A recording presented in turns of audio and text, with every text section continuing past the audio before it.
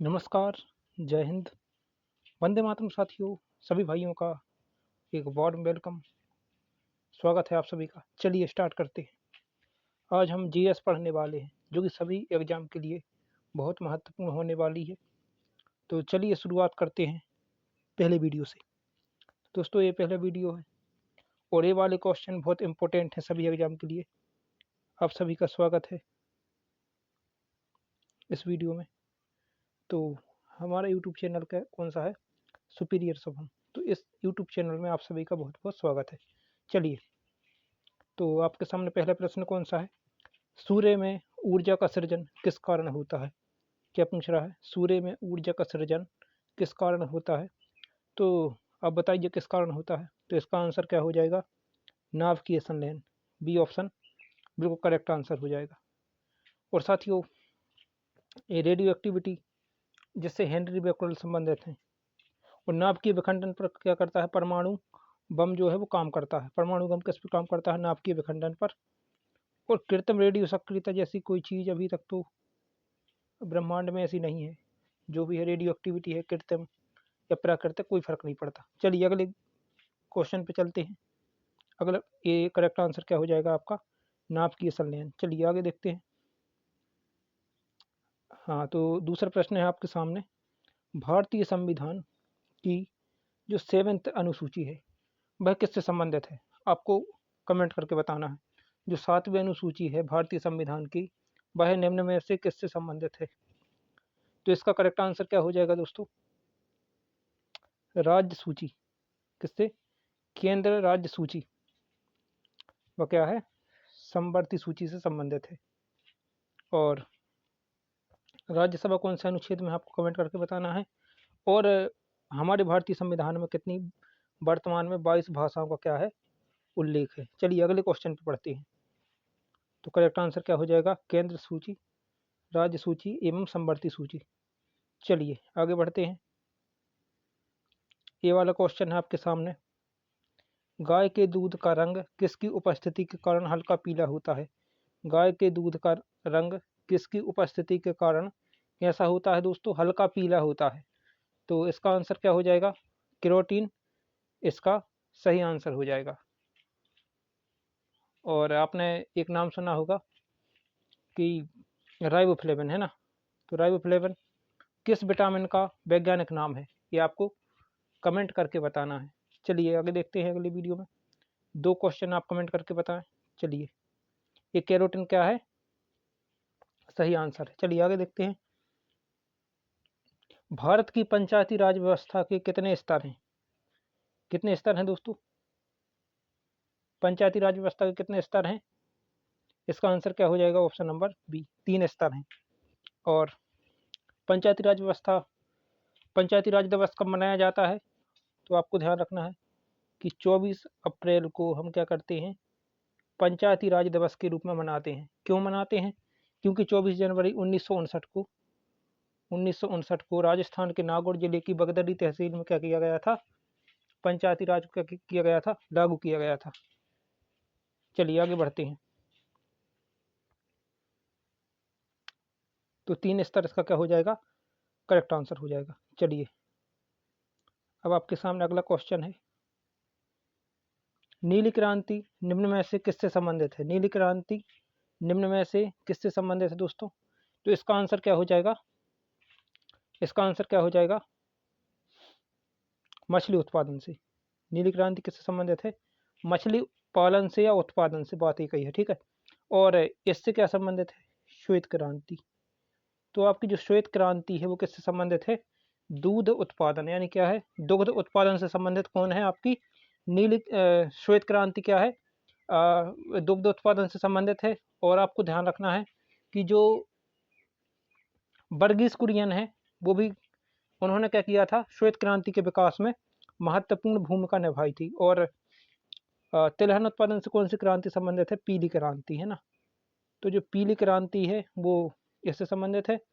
और खाद्यान्न उत्पादन से कौन सी क्रांति संबंधित है? हरित क्रांति संबंधित है। और इसके जो एम एस स्वामीनाथन है वो इसके जनक माने जाते हैं हरित क्रांति के। ये भारत में माने जाते हैं। और विश्व में कौन माने जाते हैं? ये भी आपको कमेंट करके बताना है। चलिए अगले क्वेश्चन पे बढ़ते हैं आगे। सभी लोगों का बहुत बहुत स्वागत है। तो आंसर क्या हो जाएगा? मछली पालन या उत्पादन से। चलिए आगे देखते हैं। छठवां क्वेश्चन है आपके सामने। भीमबेटका, भीमबेटका शैलाश्रय कहाँ पाए जाते हैं या भीमबेटका कहाँ स्थित है? तो इसका आंसर क्या हो जाएगा? इसका करेक्ट आंसर क्या हो जाएगा आपका? मध्य प्रदेश। आपका मध्य प्रदेश जो है ये इसका करेक्ट आंसर हो जाने वाला है। मध्य प्रदेश, एमपी। इसको क्या कहते हैं? भारत का हृदय कहते हैं। ठीक है, बहुत सारे नाम है वैसे। और इसके बाद उत्तर प्रदेश, उत्तर प्रदेश है ना। तो उत्तर प्रदेश में अभी हाल ही में क्या हुआ है? अयोध्या राम मंदिर, अयोध्या राम मंदिर का क्या किया गया है? अनावरण, उद्घाटन किया गया है। कब किया गया है? तो 22 जनवरी 2024 को। और इसके बाद हम देखते हैं आगे। तो महाराष्ट्र, जो लावड़ी क्या है? लावड़ी जो नृत्य है वो कहाँ से संबंधित है? लावड़ी, लावड़ी संबंधित है महाराष्ट्र से। और महाराष्ट्र में कौन सी झील स्थित है? लोनार झील भी कहाँ स्थित है? महाराष्ट्र में स्थित है। और चलिए, और आपने जो पिंडवानी लोक नृत्य सुना होगा वो छत्तीसगढ़ से, जिसकी तीजन बाई क्या है? मुख्य कलाकार है। ये भी इसका क्या हो जाएगा? एक्स्ट्रा फैक्ट के रूप में आपको क्या करना है? याद रखना है। चलिए अगले क्वेश्चन पर बढ़ते हैं। अगले क्वेश्चन पर बढ़ते हैं। मध्य प्रदेश इसका करेक्ट आंसर हो जाएगा। चलिए अगला देखते हैं। अंडमान निकोबार एवं लक्षद्वीप समेत भारत की संपूर्ण तटरेखा की लंबाई कितनी है? क्या पूछ रहा है क्वेश्चन में कि अंडमान निकोबार और लक्षद्वीप समेत संपूर्ण तटरेखा की लंबाई कितनी है? तो इसका क्या हो जाएगा? इसका आंसर क्या हो जाएगा? 7516 किलोमीटर क्या हो जाएगा? करेक्ट आंसर हो जाएगा। और दोस्तों एक इसकी लंबाई है, ये स्थलीय सीमा की लंबाई है। किसकी लंबाई है? यह है स्थलीय, यानी कि लैंड एरिया की लंबाई है। ठीक है, यानी भूमि क्षेत्र की लंबाई है और स्थलीय क्षेत्र की लंबाई है। ठीक है, और जो जलीय क्षेत्र की लंबाई कौन सी है आपको ये बता रहा है यहाँ पर क्या है? 7516.6 किलोमीटर इसका क्या हो जाएगा? करेक्ट आंसर हो जाएगा। चलिए आगे देखते हैं। अगले क्वेश्चन पे बढ़ते हैं। और इसका कोई रोल नहीं है, और इसका कोई रोल नहीं है। चलिए आगे देखते हैं। 7516.6 किलोमीटर क्या हो जाएगा? करेक्ट आंसर हो जाएगा। अगला देखते हैं। चलिए, साइलेंट वैली राष्ट्रीय उद्यान कहाँ स्थित है? साइलेंट वैली राष्ट्रीय उद्यान कहाँ स्थित है? तो इसका करेक्ट आंसर क्या हो जाएगा?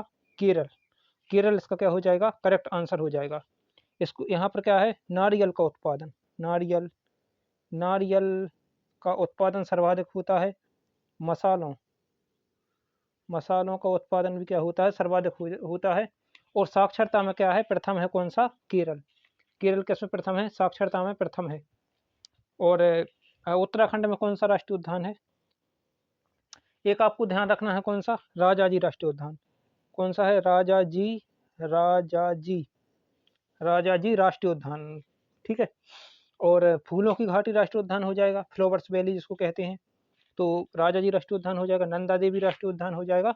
ये सब चीजें हैं। तमिलनाडु, तो तमिलनाडु और क्या है? तो तमिलनाडु के बारे में आप एक फैक्ट बताइए। जम्मू कश्मीर, तो जम्मू कश्मीर में क्या है? जो 370 जो अनुच्छेद अभी चर्चा में था, तो जम्मू कश्मीर में से क्या कर दिया गया था? इसको हटा दिया गया था। चलिए अगले क्वेश्चन पर बढ़ते हैं, प्रश्न नंबर 9 पर। और यहाँ से देखते हैं केरल इसका क्या हो जाएगा? Correct answer. आगे देखते हैं। हाल ही में, ये थोड़ा अच्छा क्वेश्चन है आप लोगों के लिए। हाल ही में किस राज्य ने किस राज्य के पेंच टाइगर रिजर्व ने डार्क स्काई पार्क के रूप में मान्यता प्राप्त की है? तो इसका करेक्ट वो क्या हो जाएगा? बताइए इसका आंसर क्या हो जाएगा? अब आप लोग सोच रहे होंगे, क्योंकि जो पेंच राष्ट्रीय उद्यान है वो मध्य प्रदेश में स्थित है, तो लेकिन मध्य प्रदेश तो ऑप्शन में है ही नहीं। ठीक है, तो एमपी तो ऑप्शन में है ही नहीं, तो इसका करेक्ट आंसर क्या हो जाएगा? महाराष्ट्र। आपको ऐसा ध्यान रखना है, इन ऑप्शन में आप ऐसा टिक लगा सकते थे कि असम का तो कोई संबंध है नहीं मध्य प्रदेश से, क्योंकि बहुत दूरी है दोनों के बीच में। गोवा भी बहुत दक्षिण में पड़ता है, और आपका केरल भी बहुत दक्षिण में पड़ता है। ठीक है, और ये यहाँ पर क्या पड़ता है, और महाराष्ट्र क्या है इसके पास में है थोड़ा, तो आप ऐसा लगा दीजिए, ठीक है। तो जो यहाँ से आप देखिए कि जो पेंच नेशनल पार्क है, ये करंट अफेयर्स का क्वेश्चन है। ये क्या है, ये किसका क्वेश्चन है, करंट अफेयर्स का क्वेश्चन है। चलिए आगे देखते हैं। महाराष्ट्र इसका करेक्ट आंसर है। चलिए आगे देखते हैं। भारतीय संविधान के अनुच्छेद 51 में अंतर्राष्ट्रीय शांति और सुरक्षा को बढ़ावा देने की बात कही गई है। बहुत अच्छा है।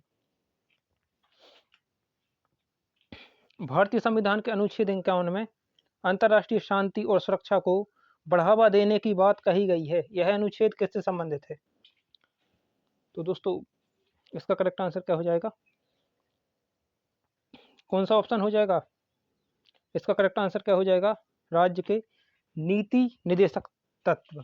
इसका आंसर क्या हो जाएगा, directive principle of state politics, है ना। तो राज्य के नीति निदेशक तत्व क्या हो जाएगा, इसका करेक्ट आंसर हो जाएगा। बाकी आपकी नागरिकता भाग 2 में, ठीक है। और धर्मनिरपेक्षता किसके संबंधित आती है? ये समानता के संबंधित, समानता के 14 से 18, ठीक है। तो जो 14 से 18 अनुच्छेद होते हैं, और यहाँ से क्या है, जो मौलिक अधिकार कौन से भाग में आते हैं आपके, ये कमेंट करके बताएं, ठीक है।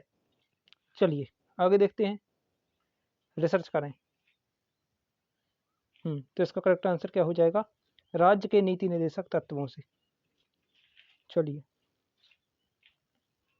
भारतीय संविधान का निम्न में से कौन सा अनुच्छेद जीवन, हाँ ये आप कमेंट करके बताइए।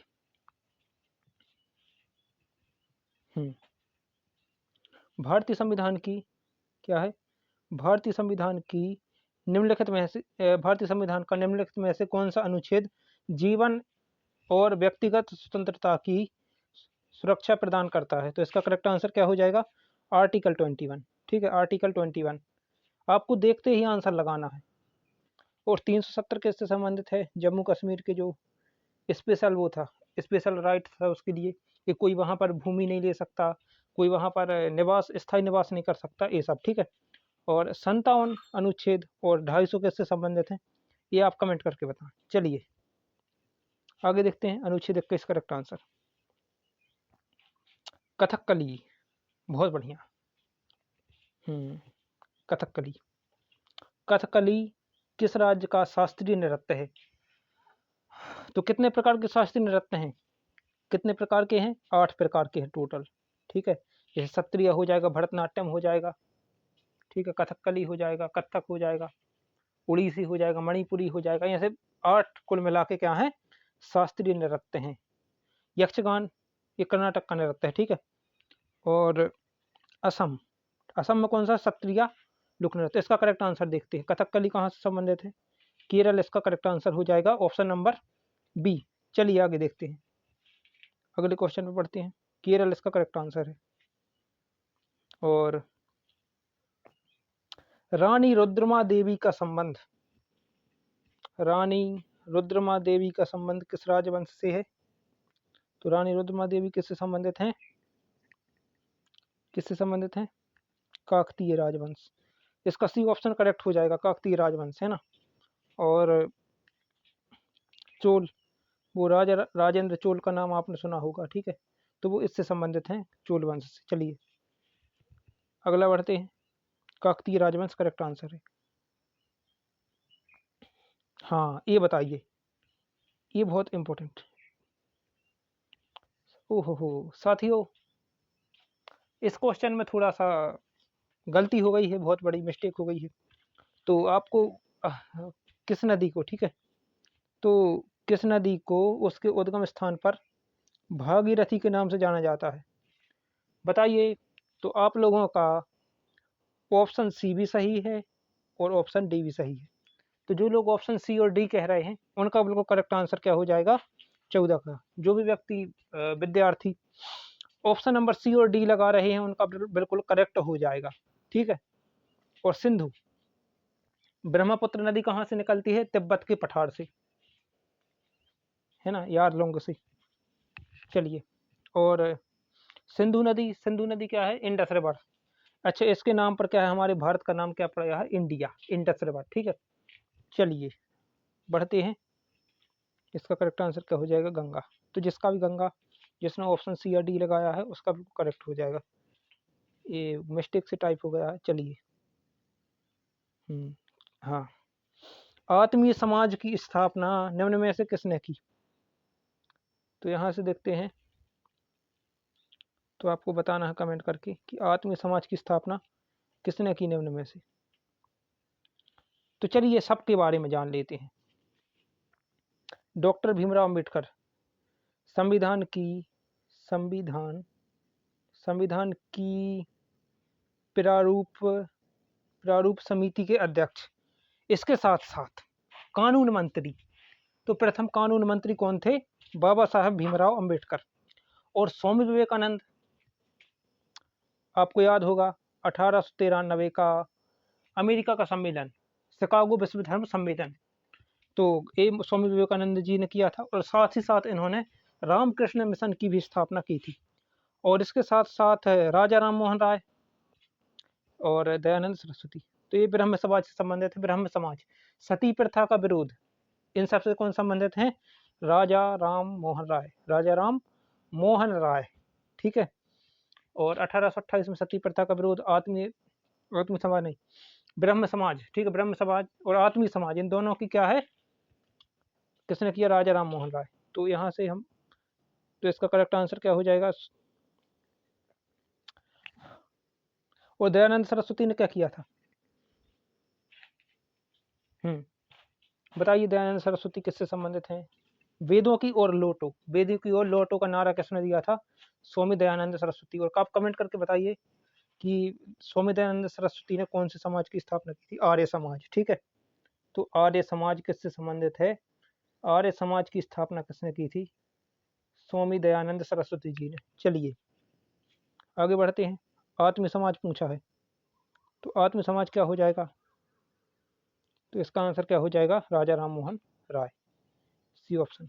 चलिए आगे बढ़ते हैं। भारत रत्न पाने वाले प्रथम भारतीय कौन थे।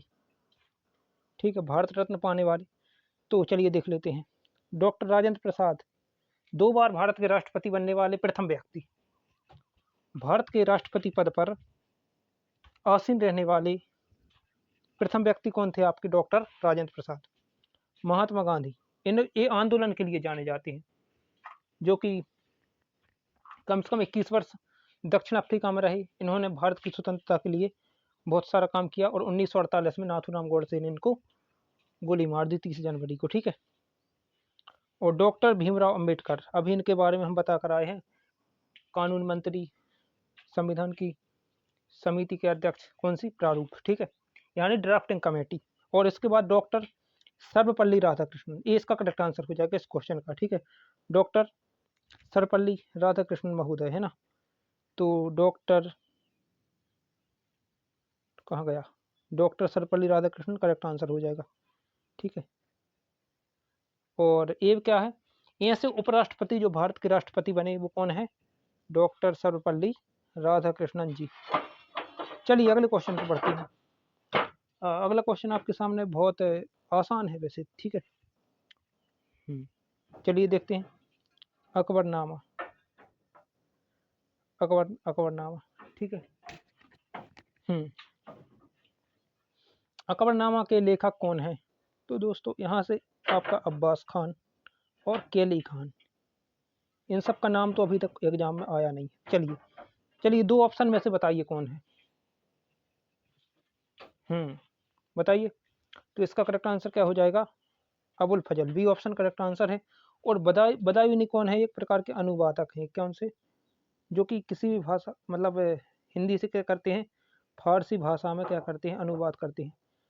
अच्छा ये बताइए कि इन्होंने किस ग्रंथ को, जैसे रामायण महाभारत, इनमें से किसको फारसी भाषा में अनुवाद किया था, बताइए। और इसके बारे में, इनके बारे में आप कोई फैक्ट जानते हैं तो वो भी कमेंट करके बताएं, और नेट पे सर्च करें अगर नहीं आ रहा है तो। चलिए, अबुल फजल करेक्ट आंसर। बहुत बढ़िया। अब देखते हैं भारतीय संविधान में समाजवाद शब्द संविधान संशोधन के तहत शामिल किया गया था। कौन सा है? भारतीय संविधान में समाजवाद शब्द, कौन सा संविधान? 42वां संविधान संशोधन। कौन सा? 42nd कॉन्स्टिट्यूशन अमेंडमेंट हो जाएगा आपका। क्या हो जाएगा? 42nd कॉन्स्टिट्यूशन अमेंडमेंट हो जाएगा 1976 केशवानंद भारती केस। ठीक है। इसके तहत क्या किया गया था? धर्मनिरपेक्ष, अखंडता और समाजवाद शब्दों को संविधान में शामिल किया गया था। और आपको एक बात और ध्यान रखनी है, इसके साथ साथ और क्या किया था? तो चलिए आगे देखते हैं। और इसके बाद समाजवाद का जनक किसे कहा जाता है? समाजवाद का तो कार्ल मार्क्स है ना, जिन्होंने कहा था भारत के मजदूरों एक रहो, एक हो जाओ। ठीक है, एक रहो या एक हो जाओ। तो कार्ल मार्क्स जो कहाँ से संबंधित हैं? इनका संबंध कहाँ से? जर्मनी से। और 44वां संविधान संशोधन से क्या संबंधित है ये बताइए आप। चलिए 42nd कॉन्स्टिट्यूशन अमेंडमेंट या संविधान संशोधन क्या हो जाएगा? इसका बिल्कुल सही आंसर हो जाएगा, करेक्ट आंसर होगा। चलिए आगे देखते हैं। 19वें क्वेश्चन का आंसर बताइए आप। तो 19वां क्वेश्चन क्या हो जाएगा? किस वंश का संबंध मौर्योत्तर काल से नहीं है? तो मौर्योत्तर काल से नहीं है तो मतलब किससे होगा? मौर्य काल से होगा या फिर इसके आसपास से काल से होगा। तो ऑप्शन पर निर्भर करता है। शुंग वंश, शुंग वंश, पुष्यमित्र शुंग, पुष्यमित्र ठीक है, पुष्यमित्र शुंग, पुष्यमित्र शुंग क्या हो जाएंगे? इसके संस्थापक हो जाएंगे। और कण्व वंश इनको छोड़ो, यहाँ से देखते हैं ये सब मौर्य वंश से संबंधित है। ठीक है। हर्यक वंश जिसको हम क्या कहते हैं? जिसका कौन था? बिंबिसार एक शासक था और इसका संस्थापक कौन था? बिंबिसार ही था शायद, है ना? क्या सही हूँ मैं? बताइए। हर्यक वंश, इसमें इसका तो बहुत बेकार फैक्ट है। ठीक है, जो पितृहंता वाला है वो अच्छा नहीं लगता। ठीक है, फिर भी अब अच्छा बुरे से क्या है, पढ़ना तो पड़ेगा। ठीक है, तो हर्यक वंश, और इसको हर्यक वंश के बाद फिर नंद वंश भी था और नंद वंश को खत्म करके क्या किया गया था? मौर्य साम्राज्य की स्थापना की गई थी। तो ये मौर्य वंश से पहले का वंश है। कौन सा है? हर्यक वंश। चलिए आगे देखते हैं। हर्यक वंश का करेक्ट आंसर हो जाएगा। चलिए आगे देखते हैं। राष्ट्रीय मतदाता दिवस कब मनाते हैं? एक दिवस से क्वेश्चन है। तो यानी नेशनल वोटर्स डे कब मनाया जाता है? 23 जनवरी। ये आंसर नहीं है। 23 जनवरी को क्या मनाते हैं?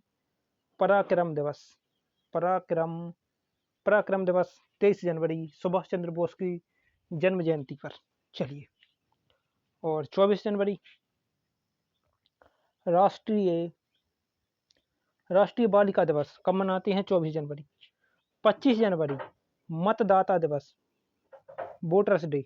ठीक है, और 26 जनवरी ये तो बताने की जरूरत नहीं है, गणतंत्र दिवस, जब हमारा भारतीय संविधान 1950 को पूरी तरह हमारे भारत में क्या हो गया था? अप्लाई कर दिया गया था, लागू कर दिया गया था। ठीक है, तो इसका करेक्ट आंसर क्या हो जाएगा? 25 जनवरी करेक्ट आंसर। ठीक है, चलिए 25 जनवरी, बहुत बढ़िया। हाँ, ये बताइए फलों का अध्ययन क्या कहलाता है? फलों का अध्ययन क्या कहलाता है? तो चलिए इसका करेक्ट आंसर लगाते हैं पोमोलॉजी। पोमोलॉजी इसका करेक्ट आंसर हो जाएगा। और एंथोलॉजी किसका है? फूलों का। तो फूलों का अध्ययन, जैसे आपने एंथर सुना होगा, एंथर शब्द, तो एंथोलॉजी किससे संबंधित है? आपका फ्लावर से संबंधित है। और फिनोलॉजी और इन दोनों के बारे में आप क्या करेंगे? अभी जाकर नेट पर सर्च करेंगे। ठीक है, चलिए पोमोलॉजी करेक्ट आंसर। छोटे नागपुर, बहुत बढ़िया। छोटा नागपुर का पठार की सबसे ऊंची चोटी कौन सी है? छोटा नागपुर के पठार की सबसे ऊंची चोटी कौन सी है? देखो, पचमढ़ी हमारे मध्य प्रदेश में है, भेड़ाघाट में। ठीक है, जबलपुर मध्य प्रदेश, अनूपपुर क्षेत्र। धूपगढ़ किसकी ऊंची चोटी है? तो सतपुड़ा पर्वत की सबसे ऊंची चोटी कौन सी है? आपकी धूपगढ़ सतपुड़ा की है या कि किसी और की? अच्छा, कमेंट करके बताएं। चलिए इसकी ऊंचाई देखते हैं। ऊंचाई कितनी है? 1350 मीटर, यानी 1350 मीटर। और पारसनाथ, ये इसका करेक्ट आंसर हो जाएगा। छोटा नागपुर के पठार की सबसे ऊंची चोटी कौन सी है? पारसनाथ। चलिए आगे बढ़ते हैं। कुत्ते के काटने से कौन सा रोग होता है? फटाफट करते हैं चलिए। तो कौन सा है? हाइड्रोफोबिया या रेबीज। ठीक है, ये विषाणु जनित रोग है। ये भी विषाणु से होता है, ये भी वायरस से होता है, कोरोना भी वायरस से होता है, और पोलियो भी वायरस से होता है, एड्स भी वायरस से होता है। ठीक है, और हैजा और पेचिस ये किससे होते हैं? जीवाणु से होते हैं क्या? चलिए आगे बढ़ते हैं। क्वेश्चन नंबर 25, इसका करेक्ट आंसर क्या हो जाएगा? रेबीज या हाइड्रोफोबिया। ठीक है, हाइड्रोफोबिया, हाइड्रोफोबिया। ठीक है, चलिए आगे बढ़ते हैं। पानी से डर, फोबिया। ठीक है, जीवाणु की खोज किसने की? हाँ, फटाफट से कमेंट करें। जीवाणु की खोज किसने की? हो थियोफ्रेस्टस, वनस्पति विज्ञान के जनक। ये इसका आंसर नहीं है, इसका आंसर क्या है? सी, एंटोनी वॉन ल्यूवेनहॉक। पूरा नाम, उनका पूरा नाम यही है। ठीक है, इन्होंने जीवाणु की, बैक्टीरिया की खोज की। ठीक है, चलिए रॉबर्ट हॉक, कोशिका। और इन्होंने एक चीज और, प्रतिबल। ठीक है, प्रतिबल, प्रतिबल ये फिजिक्स का टॉपिक है। प्रतिबल और विकृति में संबंध, यानी स्ट्रेस स्ट्रेन कर्व, या इसको कहते हैं अपन क्या कहते हैं? प्रतिबल और विकृति वक्र। ये भी रॉबर्ट हुक ने किया था। ठीक है, रॉबर्ट कोच, इनके बारे में आपको सर्च करना है। ठीक है, इसका ऑप्शन आंसर नहीं है। रॉबर्ट हुक कोशिका, और रॉबर्ट ब्राउन केंद्रक। रॉबर्ट हुक कोशिका की खोज, और रॉबर्ट ब्राउन ने केंद्रक की खोज, और पादप कोशिका में मृत कोशिका की खोज की थी इन्होंने। ठीक है, चलिए आगे बढ़ते हैं। Antony von Leeuwenhoek correct answer. चलिए अगला क्वेश्चन भाई साहब इतिहास से संबंधित है। जिंदा पीर किस मुगल शासक को कहा जाता था? जिसका करेक्ट आंसर क्या हो जाएगा? ये आप कमेंट में बताएं। बहुत ही आसान क्वेश्चन है, इसका आंसर मैं बताऊंगा नहीं, बहुत ही निचले स्तर का क्वेश्चन है। ठीक है, आपको सबको पता ही होगा। जबकि शाहजहां ताजमहल के निर्माण के लिए जाने जाते हैं। वास्तुकला का स्वर्णकाल कहा जाता है, गुप्त काल को भारत का स्वर्णकाल कहा जाता है। अकबर बहुत ही विद्वान शासक। ठीक है, इन्होंने बुलंद दरवाजा इन्हीं से संबंधित है, इन्होंने निर्माण करवाया था। दीन ए इलाही का निर्माण भी किसने करवाया था? इन्होंने। ठीक है, अकबर ने। और जहांगीर, जहांगीर के बारे में आप 2 फैक्ट कमेंट में बताएं, कमेंट भर जाना चाहिए। चलिए, और जो चीज़ मैं आपको कमेंट में पूछ रहा हूँ उन चीज़ों को आप नोट करते जाइएगा। ठीक है, तो आपको कैसा लगा वीडियो?